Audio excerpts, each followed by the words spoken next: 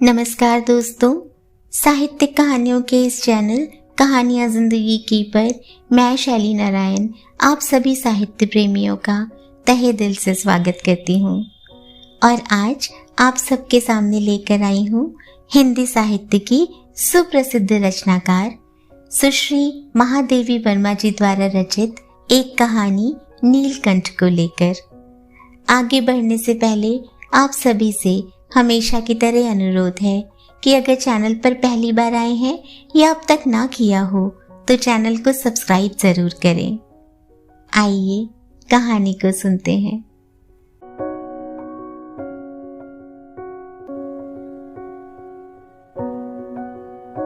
प्रयाग जैसे शांत और सांस्कृतिक आश्रम नगर में नखास कोना एक विचित्र स्थिति रखता है। जितने दंगे फसाद और छुरे चाकूबाजी की घटनाएं घटित होती हैं, सबका अशुभारंभ प्रायः नखास कोने से ही होता है। उसकी कुछ और भी अनोखी विशेषताएं हैं। घास काटने की मशीन के बड़े चौड़े चाकू से लेकर फरसा, कुल्हाड़ी, आरी, छुरी आदि में धार रखने वाले तक की दुकानें वही हैं। अतः गोंठिल चाकू छुरी को पैना करने के लिए दूर जाने की आवश्यकता नहीं है।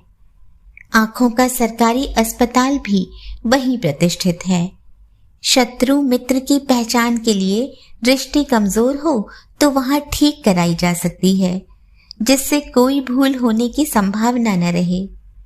इसके अतिरिक्त एक और अस्पताल उसी कोने में गरिमापूर्ण ऐतिहासिक स्थिति रखता है। आहत मुमूर्ष व्यक्ति की दृष्टि से यह विशेष सुविधा है। यदि अस्पताल के अंतःकणों में स्थान न मिले, यदि डॉक्टर, नर्स आदि का दर्शन दुर्लभ रहे, तो बरामदे, पोर्टिको आदि में विश्राम प्राप्त हो सकता है। और यदि वहां भी स्थानाभाव हो, तो अस्पताल के कंपाउंड में मरने का संतोष तो मिल ही सकता है। हमारे देश में अस्पताल साधारण जन को अंतिम यात्रा में संतोष देने के लिए ही तो है। किसी प्रकार घसीट कर, टांग कर उस सीमा रेखा में पहुंचा आने पर बीमार और उसके परिचारकों को एक अनिवर्चनीय आत्मिक सुख प्राप्त होता है। इससे अधिक पाने की ना उसकी कल्पना है, ना मांग। कम से कम इस व्यवस्था ने अंतिम समय मुख में गंगा जल, तुलसी, सोना डालने की समस्या तो सुलझा ही दी है। यहाँ मत्स्य क्रय विक्रय केंद्र भी है और तेल फुलेल की दुकानें भी। मानो दुर्गंध सुगंध में समरसता स्थापित करने का अनुष्ठान है। पर नखास कोने के प्रति मेरे आकर्षण का कारण उपयुक्त विशेषताएं नहीं है। वस्तुतः वह स्थान मेरे खरगोश, कबूतर, मोर, चकोर आदि जीव जंतुओं का कारागार भी है। अस्पताल के सामने की पटरी पर कई छोटे छोटे घर और बरामदे हैं, जिनमें ये जीव जंतु तथा इनके कठिन हृदय जेलर दोनों निवास करते हैं। छोटे बड़े अनेक पिंजरे बरामदे में और बाहर रखे रहते हैं, जिनमें 2 खरगोशों के रहने के स्थान में 25 और 4 चिड़ियों के रहने के स्थान में 50 भरी रहती हैं। इन छोटे जीवों को हंसने रोने के लिए भिन्न ध्वनियां नहीं मिली हैं, अतः इनका महाकलरव, महाक्रंदन भी हो तो आश्चर्य नहीं। इन जीवों के कष्ट निवारण का कोई उपाय न सूझ पाने पर भी मैं अपने आप को उस ओर जाने से नहीं रोक पाती। किसी पिंजरे में पानी न देखकर उसमें पानी रखवा देती हूँ। दाने का अभाव हो तो दाना डलवा देती हूँ। कुछ चिड़ियों को खरीदकर उड़ा देती हूँ। जिनके पंख काट दिए गए हैं उन्हें ले आती हूँ।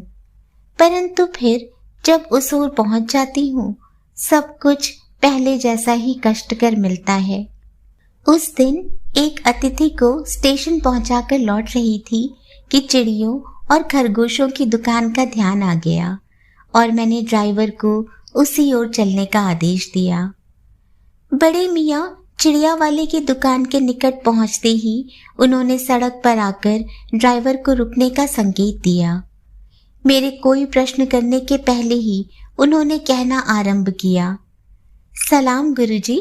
पिछली बार आने पर आपने मोर के बच्चों के लिए पूछा था। शंकरगढ़ से एक चिड़ीमार 2 मोर के बच्चे पकड़ लाया है। एक मोर है, एक मोरनी। आप पाल लें।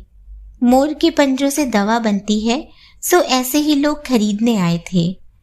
आखिर मेरे सीने में भी तो इंसान का दिल है। मारने के लिए ऐसी मासूम चिड़ियों को कैसे दे दूं? टालने के लिए मैंने कह दिया, गुरुजी ने मंगवाए हैं। वैसे यह कमबख्त रोजगार ही खराब है। बस पकड़ो पकड़ो, मारो मारो। बड़े मियाँ के भाषण की तूफान मेल के लिए कोई निश्चित स्टेशन नहीं है। सुनने वाला थक कर जहां रोक दे वही स्टेशन मान लिया जाता है। इस तथ्य के परिचित होने के कारण ही मैंने बीच ही में उन्हें रोक कर पूछा, मोर के बच्चे हैं कहाँ? बड़े मियाँ के हाथ के संकेत का अनुसरण करते हुए मेरी दृष्टि एक तार के छोटे से पिंजरे तक पहुंची, जिसमें तीतरों के समान 2 बच्चे बैठे थे। मोर है यह मान लेना कठिन था। पिंजरा इतना संकीर्ण था कि वे पक्षी शावक जाली के गोल फ्रेम में कसे जड़े चित्र जैसे लग रहे थे। मेरे निरीक्षण के साथ साथ बड़े मियाँ की भाषण मेल चली जा रही थी। ईमान कसम गुरुजी, चिड़ीमार ने मुझसे इस मोर के जोड़े के नकद 30 रुपए लिए हैं। बारहा कहा, भाई जरा सोच तो, अभी इनमें मोर की कोई खासियत भी है कि तू इतनी बड़ी कीमत ही मांगने चला? पर वह मुझे क्यों सुनने लगा। आपका ख्याल करके अचता पछता कर देना ही पड़ा। पर आप जो मुनासिब समझें।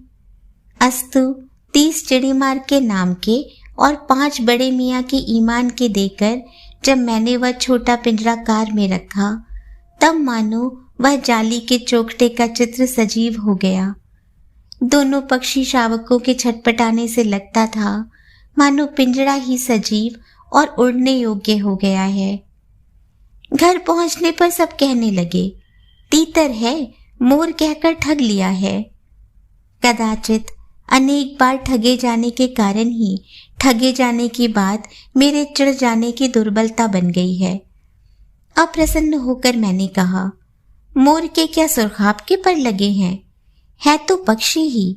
और तीतर बटेर क्या लंबी पूंछ न होने के कारण उपेक्षा योग्य पक्षी हैं? चिढ़ा दिए जाने के कारण ही संभवतः उन दोनों पक्षियों के प्रति मेरे व्यवहार और यत्न में कुछ विशेषता आ गई। पहले अपने पढ़ने लिखने के कमरे में उनका पिंजरा रखकर उसका दरवाजा खोला। फिर 2 कटोरों में सत्तू की छोटी छोटी गोलियां और पानी रखा। वे दोनों चूहेदानी जैसे पिंजरे से निकलकर कमरे में मानो खो गए। कभी मेज के नीचे घुस गए, कभी अलमारी के नीचे। अंत में इस लुका छिपे से थककर उन्होंने मेरी रद्दी कागजों की टोकरी को अपने नए बसेरे का गौरव प्रदान किया। 2-4 दिन वे इसी प्रकार दिन में इधर उधर गुप्तवास करते और रात में रद्दी की टोकरी में प्रकट होते रहे। फिर आश्वस्त हो जाने पर कभी मेरी मेज पर, कभी कुर्सी पर और कभी मेरे सिर पर अचानक आविर्भूत होने लगे। खिड़कियों में तो जाली लगी थी, पर दरवाजा मुझे निरंतर बंद रखना पड़ता था। खुला रखने पर चित्रा, मेरी बिल्ली, इन नव आगंतुकों का पता लगा सकती थी और तब उसकी शोध का क्या परिणाम होता, यह अनुमान करना कठिन नहीं है। वैसे वह चूहों पर भी आक्रमण नहीं करती, परंतु यहाँ तो सर्वथा अपरिचित पक्षियों की अनधिकार चेष्टा का प्रश्न था। उसके लिए दरवाजा बंद रहे और ये दोनों उसकी दृष्टि में ऐरे गहरे मेरी मेज को अपना सिंहासन बना ले। यह स्थिति चित्रा जैसी अभिमानिनी मार्जारी के लिए असह्य ही कही जाएगी। जब मेरे कमरे का कायाकल्प चिड़िया खाने के रूप में होने लगा, तब मैंने बड़ी कठिनाई से दोनों चिड़ियों को पकड़कर जाली के बड़े घर में पहुंचाया। जो मेरे जीव जंतुओं का सामान्य निवास है। दोनों नव आगंतुकों ने पहले से रहने वालों में वैसा ही कौतूहल जगाया जैसा नववधू के आगमन पर परिवार में स्वाभाविक है। लक्का कबूतर नाचना छोड़कर दौड़ पड़े और उनके चारों ओर घूम घूम कर गुटुरगू की रागनी अलापने लगे। बड़े खरगोश सभ्य सभासदों के समान क्रम से बैठकर गंभीर भाव से उनका निरीक्षण करने लगे। ऊन की गेंद जैसे छोटे खरगोश उनके चारों ओर उछल कूद मचाने लगे। तोते मानो भली भांति देखने के लिए एक आंख बंद करके उनका निरीक्षण करने लगे। ताम्रचूड़ झूले से उतरकर और दोनों पंखों को फैलाकर शोर करने लगा। उस दिन मेरे चिड़ियाघर में मानो भूचाल आ गया। धीरे धीरे दोनों मोर बच्चे बढ़ने लगे। उनका कायाकल्प वैसा ही क्रमशः और रंगमय था जैसा इल्ली से तितली का बनना। मोर के सिर की कलगी और सघन, ऊंची तथा चमकीली हो गई। चोंच अधिक बंकिम और पैनी हो गई। गोल आंखों में इंद्रनील की नीलाभ द्युति झलकने लगी। लंबी लील हरित ग्रीवा की हर भंगिमा में धूप छाही तरंगे उठने गिरने लगी। दक्षिण वाम दोनों पंखों में स्लेटी और सफेद आलेखन स्पष्ट होने लगे। पूंछ लंबी हुई और उसके पंखों पर चंद्रिकाओं के इंद्रधनुषी रंग उद्दीप्त हो उठे। रंग रहित पैरों को गर्वीली गति ने एक नई गरिमा से रंजित कर दिया। उसका गर्दन ऊंची कर देखना, विशेष भंगिमा के साथ उसे नीचा कर दाना चुगना, पानी पीना, टेढ़ी कर शब्द सुनना आदि क्रियाओं में जो सुकुमारता और सौंदर्य था, उसका अनुभव देखकर ही किया जा सकता है। गति का चित्र नहीं आंका जा सकता। मोरनी का विकास मोर के समान चमत्कारिक तो नहीं हुआ, परंतु अपनी लंबी धूप छाही गर्दन, हवा में चंचल कलगी, पंखों की श्याम श्वेत पत्र लेखा, मंथर गति आदि से वह भी मोर की उपयुक्त सहचारिणी होने का प्रमाण देने लगी। नीलाभ ग्रीवा के कारण मोर का नाम रखा गया नीलकंठ और उसकी छाया के समान रहने के कारण मोरनी का नामकरण हुआ राधा। मुझे स्वयं ज्ञान नहीं कि कब नीलकंठ ने अपने आप को चिड़ियाघर के निवासी जीव जंतुओं का सेनापति और संरक्षक नियुक्त कर लिया। सवेरे ही वह सब खरगोश, कबूतर आदि की सेना एकत्र कर उस ओर ले जाता जहां दाना दिया जाता है और घूम घूम कर मानो सबकी रखवाली करता रहता। किसी ने कुछ गड़बड़ की और वह अपने तीखे चंचु प्रहार से उसे दंड देने दौड़ा। खरगोश के छोटे और शरीर बच्चों को वह चोंच से उनके कान पकड़कर उठा लेता था और जब तक वे आर्त क्रंदन न करने लगते उन्हें अधर में लटकाए रखता। कभी कभी उसकी पैनी चोट से खरगोश के बच्चों का कर्णवेद संस्कार हो जाता था, पर वे फिर कभी उसे क्रोधित होने का अवसर न देते थे। उसके दंड विधान के समान ही उन जीव जंतुओं के प्रति उसका प्रेम भी असाधारण था। प्रायः वह मिट्टी में पंख फैलाकर बैठ जाता और वे सब उसकी लंबी पूंछ और सघन पंखों में छुआ छुएल सा खेल खेलते रहते। एक दिन उसके अपत्य स्नेह का हमें ऐसा प्रमाण मिला कि हम विस्मित हो गए। कभी कभी खरगोश, कबूतर आदि सांप के लिए आकर्षण बन जाते हैं और यदि जाली के घर में पानी निकलने के लिए बनी नालियों में से कोई खुली रह जाए तो उसका भीतर प्रवेश पा लेना सहज हो जाता है। ऐसी ही किसी स्थिति में एक सांप जाली के भीतर पहुंच गया। सब जीव जंतु भागकर इधर उधर छिप गए। केवल एक शिशु खरगोश सांप की पकड़ में आ गया। निगलने के प्रयास में सांप ने उसका आधा पिछला शरीर तो मुंह में दबा रखा था। शेष आधा जो बाहर था उससे चींची का स्वर भी इतना तीव्र नहीं निकल सकता था कि किसी को स्पष्ट सुनाई दे सके। नीलकंठ दूर ऊपर झूले में सो रहा था।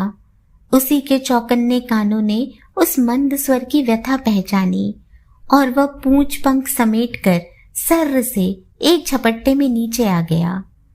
संभवतः अपनी सहज चेतना से ही उसने समझ लिया होगा कि सांप के फन पर चोंच मारने से खरगोश भी घायल हो सकता है।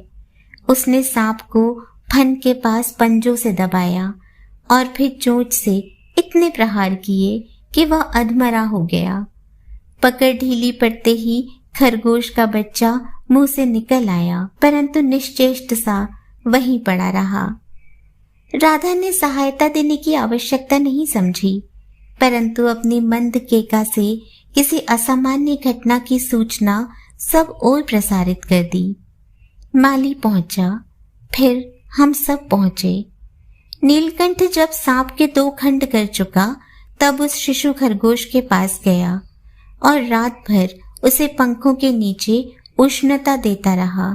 कार्तिकेय ने अपने युद्ध वाहन के लिए मयूर को क्यों चुना होगा, यह उस पक्षी का रूप और स्वभाव देखकर समझ में आ जाता है। मयूर कला प्रिय वीर पक्षी है, हिंसक मात्र नहीं। इसी से उसे बाज, चील आदि की श्रेणी में नहीं रखा जा सकता, जिनका जीवन ही क्रूर कर्म है। नीलकंठ में उसकी जातिगत विशेषताएं तो थी ही, उनका मानवीकरण भी हो गया था। मेघों की सांवली छाया में अपने इंद्रधनुष के गुच्छे जैसे पंखों को मंडलाकार बनाकर जब वह नाचता था, तब उस नृत्य में एक सहजात लय ताल रहता था। आगे पीछे, दाहिने बाएं क्रम से घूमकर वह किसी अलक्ष्य सम पर ठहर ठहर जाता था। राधा नीलकंठ के समान नहीं नाच सकती थी, परंतु उसकी गति में भी छंद रहता था। वह नित्य मग्न नीलकंठ के दाहिनी ओर के पंख को छूती हुई बाईं ओर निकल आती थी और बाएं पंख को स्पर्श कर दाहिनी ओर। इस प्रकार उसकी परिक्रमा में भी एक पूरक ताल का परिचय मिलता था। नीलकंठ ने कैसे समझ लिया कि उसका नृत्य मुझे बहुत भाता है, यह तो नहीं बताया जा सकता, परंतु अचानक एक दिन वह मेरे जाली घर के पास पहुंचते ही अपने झूले से उतरकर नीचे आ गया और पंखों का सतरंगी मंडलाकार छाता तानकर नृत्य की भंगिमा में खड़ा हो गया। तब से यह नृत्य भंगिमा नृत्य का क्रम बन गई। प्रायः मेरे साथ कोई न कोई देशी विदेशी अतिथि भी पहुंच जाता था और नीलकंठ की मुद्रा को अपने प्रति सम्मान सूचक समझकर विस्मयाभिभूत हो उठता था। कई विदेशी महिलाओं ने उसे परफेक्ट जेंटलमैन की उपाधि दे डाली। जिस नुकीली पैनी चोंच से वह भयंकर विषधर को खंड खंड कर सकता था, उसी से मेरी हथेली पर रखे हुए भुने चने ऐसी कोमलता से हौले हौले उठाकर खाता था कि हंसी भी आती थी और विस्मय भी होता था। फलों के वृक्षों से अधिक उसे पुष्पित और पल्लवित वृक्ष भाते थे। बसंत में जब आम के वृक्ष सुनहरी मंजरियों से लद जाते थे, अशोक नए लाल पल्लवों से ठग जाता था, तब जाली घर में वह इतना अस्थिर हो उठता था कि उसे बाहर छोड़ देना पड़ता। पर जब तक राधा को भी मुक्त ना किया जाए, वह दरवाजे के बाहर ही उपालंब की मुद्रा में खड़ा रहता। मंजरियों के बीच उसकी नीलाभ झलक संध्या की छाया से सुनहरे सरोवर में नीले कमल दलों का भ्रम उत्पन्न कर देती थी। हवा से तरंगित अशोक के रक्तिमाभ पत्तों में तो वह मूंगे के फलक पर मरकत से बना चित्र जान पड़ता था। नीलकंठ और राधा की सबसे प्रिय ऋतु तो वर्षा ही थी। मेघों के उमड़ आने के पहले ही वे हवा में उसकी सजल आहट पा लेते थे और तब उनकी मंद्र केका की गूंज अनुगूंज तीव्र से तीव्रतर होती हुई मानो बूंदों के उतरने के लिए सोपान पंक्ति बनने लगती थी। मेघ के गर्जन के ताल पर ही उसके तन में नृत्य का आरंभ होता और फिर मेघ जितना अधिक गरजता, बिजली जितनी अधिक चमकती, बूंदों की रिमझिमाहट जितनी तीव्र होती जाती, नीलकंठ के नृत्य का वेग उतना ही अधिक बढ़ता जाता और उसकी केका का स्वर उतना ही मंद्र से मंद्रतर होता जाता। वर्षा के थम जाने पर वह दाहिने पंजे पर दाहिना पंख और बाएं पर बायां पंख फैलाकर सुखाता। कभी कभी वे दोनों एक दूसरे के पंखों से टपकने वाली बूंदों को चोंच से पी पी कर पंखों का गीलापन दूर करते रहते। इन आनंदोत्सव की रागिनी में बेमेल स्वर कैसे बज उठा, यह भी एक करुण कथा है। एक दिन मुझे किसी कार्य से नखास कोने से निकलना पड़ा और बड़े मियाँ ने पहले के समान कार को रोक लिया। इस बार किसी पिंजड़े की ओर नहीं देखूंगी, यह संकल्प करके मैंने बड़े मियाँ की विरल दाढ़ी और सफेद डोरे से कान में बंधी ऐनक को ही अपने ध्यान का केंद्र बनाया। पर बड़े मियाँ के पैरों के पास जो मोरनी पड़ी थी उसे अनदेखा करना कठिन था। मोरनी राधा जैसी ही थी। उसकी मूंछ से बने दोनों पंजों की उंगलियां टूटकर इस प्रकार एकत्र हो गई थीं कि वह खड़ी ही नहीं हो सकती थी। बड़े मियाँ की भाषण मेल फिर दौड़ने लगी।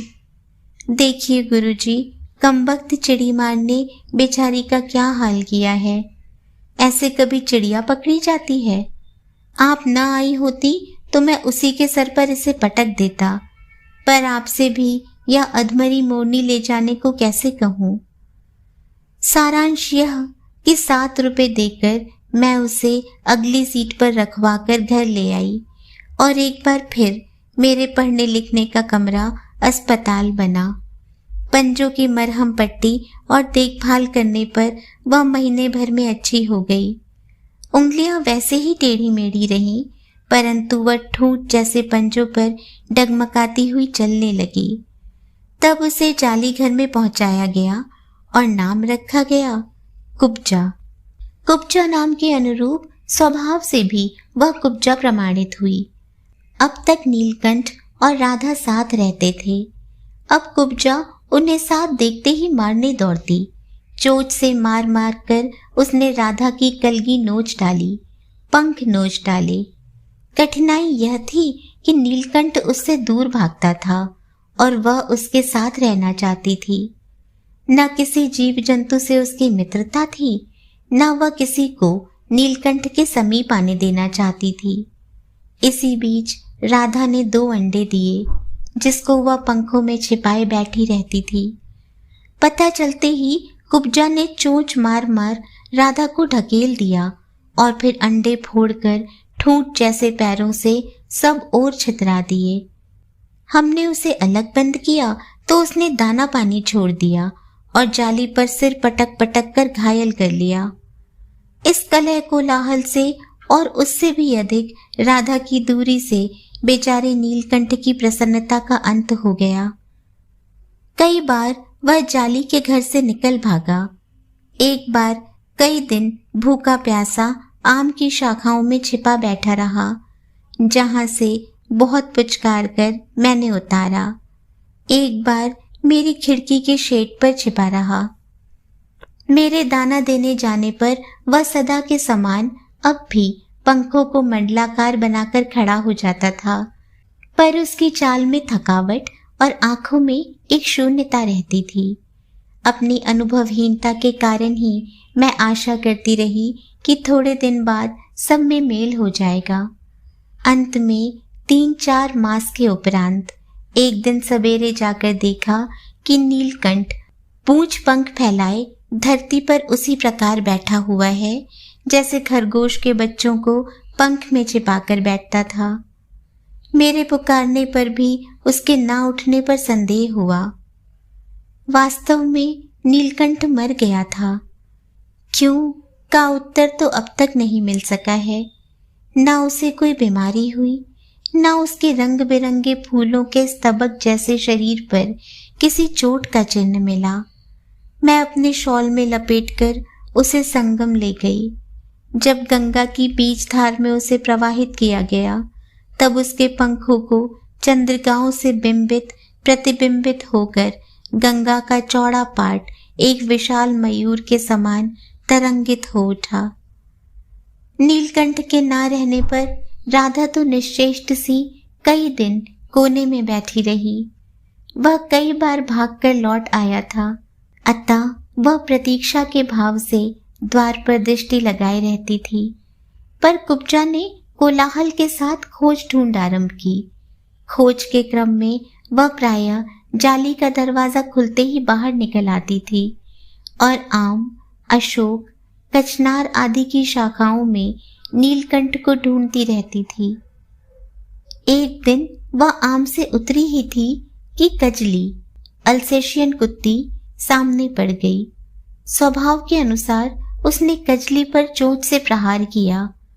परिणामतः कजली के 2 दांत उसकी गर्दन पर लग गए। इस बार उसका कलह कोलाहल और द्वेष प्रेम भरा जीवन बचाया न जा सका। परंतु इन 3 पक्षियों ने मुझे पक्षी प्रवृत्ति की विभिन्नता का जो परिचय दिया है वह मेरे लिए महत्व रखता है। राधा अब प्रतीक्षा में ही दुकेली है। आषाढ़ में जब आकाश मेघाच्छन्न हो जाता है तब वह कभी ऊंचे झूले पर और कभी अशोक की डाल पर अपनी केका को तीव्र से तीव्रतर करके नीलकंठ को बुलाती रहती है।